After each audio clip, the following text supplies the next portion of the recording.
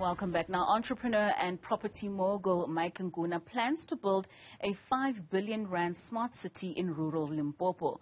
So far, he has completed the first phase of Nkuna City with a 20 square meter shopping center. He joins me now. Mr. Nkuna, thank you so much for your time and thank you for joining us. And thanks very much for inviting me, and thanks very much for you to have, invited me to come and share my story with you. And quite an interesting story it is. I really want us to start with a bit of background. Now, you were born and raised in Malamulele, but you were also a young boy who was then raised in Shawela in Soweto. You've herded cows in your days. You've worked for your father, who was an entrepreneur who owned a butchery. So you've got quite an extensive background when it comes to knowing what entrepreneurship is. Can you just briefly just take us through what the life of a young Mr. Nkuna was? Well, look, you're quite right to say I was born and raised in Malamulele, whereby, I was a head boy, taking care of cattle on a daily basis. Wake up in the morning, go to the bush, and come back in the evening and take the cattle into a kraal, hence the design of, Nkuna City, right, whereby, you'll find, the head of a cattle. And, after that, I moved into Shawela, whereby my father was running a butchery. And, it took me about 3 months to master that kind of business. Because, you see, when you are a visionary and an entrepreneur, it's quite easy for you to catch up and understand business. So that's how, I came about. Now, one of the interesting stories for me is back in 1983, where it all started for you as a businessman. You acquired a piece of property in Soweto, which you bought with a loan that you got for 100,000 rands. And then a petroleum company came to you and said they wanted you to sell them the land. And then you made another proposal to them in terms of what you wanted to develop on that land. They gave you an offer. You went to their competition. They gave you a different offer, and you went back to them with an even higher offer. How easy or how difficult was it to do business, especially in that political landscape? What surprised me is that, you have already taken what you're supposed to ask me. So you are ahead of me. But be as it may, what you have said is quite, true. And by the way, as you are aware that, black people were not owning houses.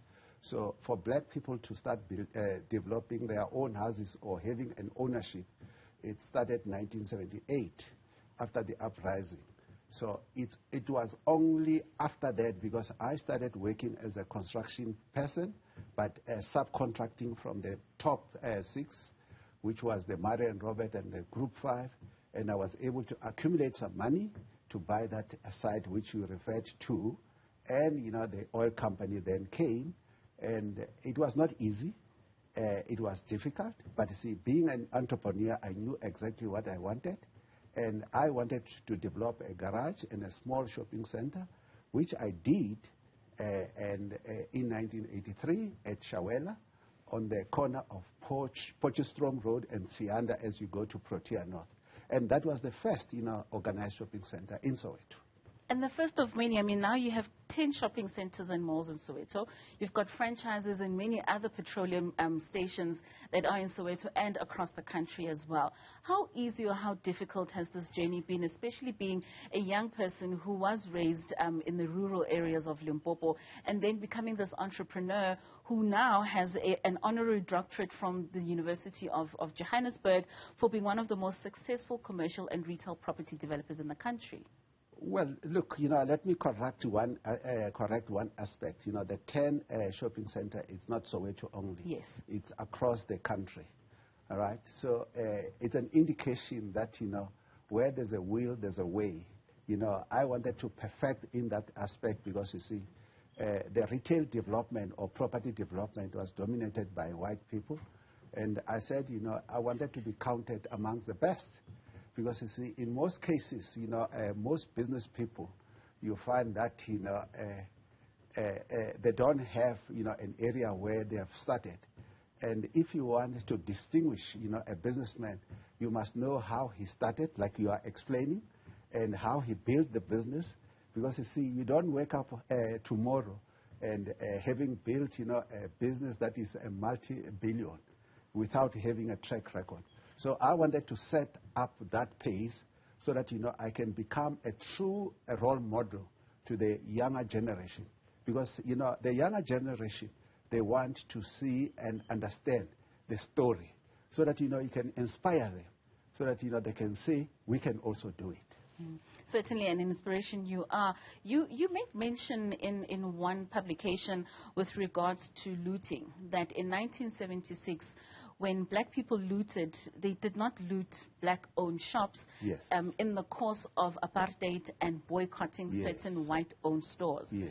But the 2021 July unrest was quite a different story, where we saw looting happening throughout, all around, regardless of who owned what shops. What's your take on that stance in terms of where we are now as a country? And some of your own malls were looted during the time. Yes. How was that recovery process for you? Well, you're so right. You're touching a very important, question, because you see, 1976, the leadership, which was leading the people, the leaders of, the ANC were grounded. They were residing with the people. So they were able to direct people to do the right thing. Currently, where we are now, the leaders, they've moved from where the people are, and they're residing somewhere else. And what it means that, the leadership that, we had 76, they were true leaders. And when you compare them with the current leader, I would say we don't have a leadership currently, the way I see it. But be as it may, you talked about what happened in July unrest. It was not an easy thing to see, the hard-earned money that, you have invested in order to uplift other people's life to go in smoke. So Proteas land was gutted, but you see, we were able to distinguish. Jabulani Mall was, looted, and we were able to, resuscitate them. We are now operating 100% because I'm a believer of, going out there and make a difference.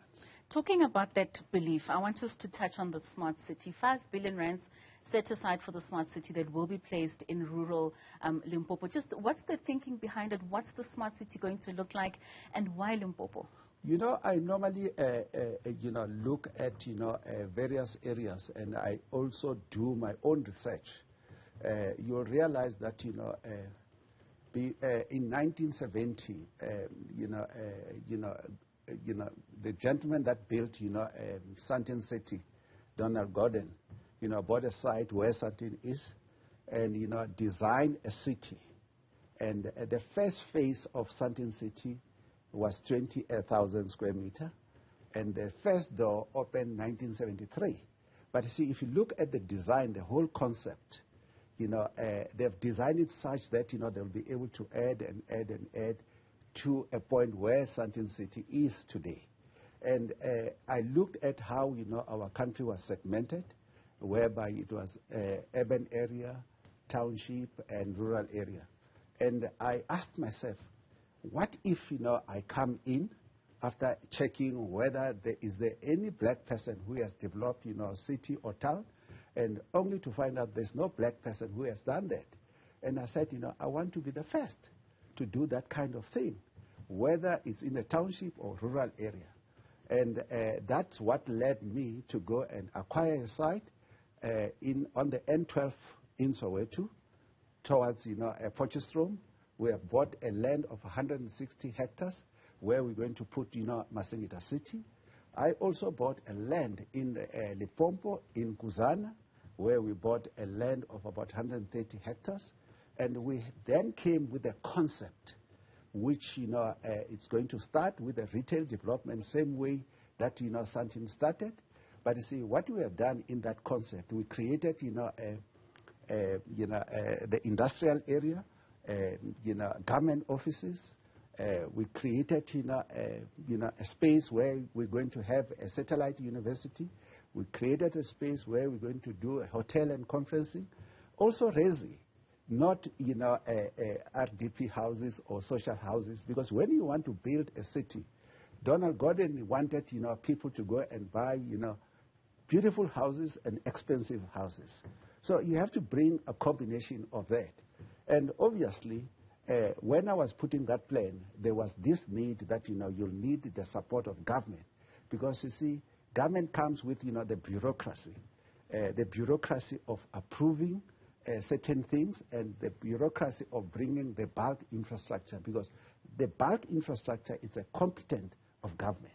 Because at the end of the day, government comes in and wants to get, the rates and taxes and other, things that comes with it.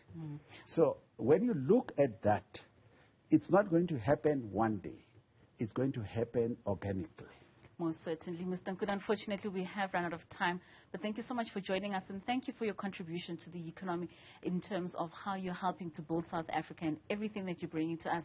Thank you for that, and thank you for joining us. Thanks very much. You're welcome.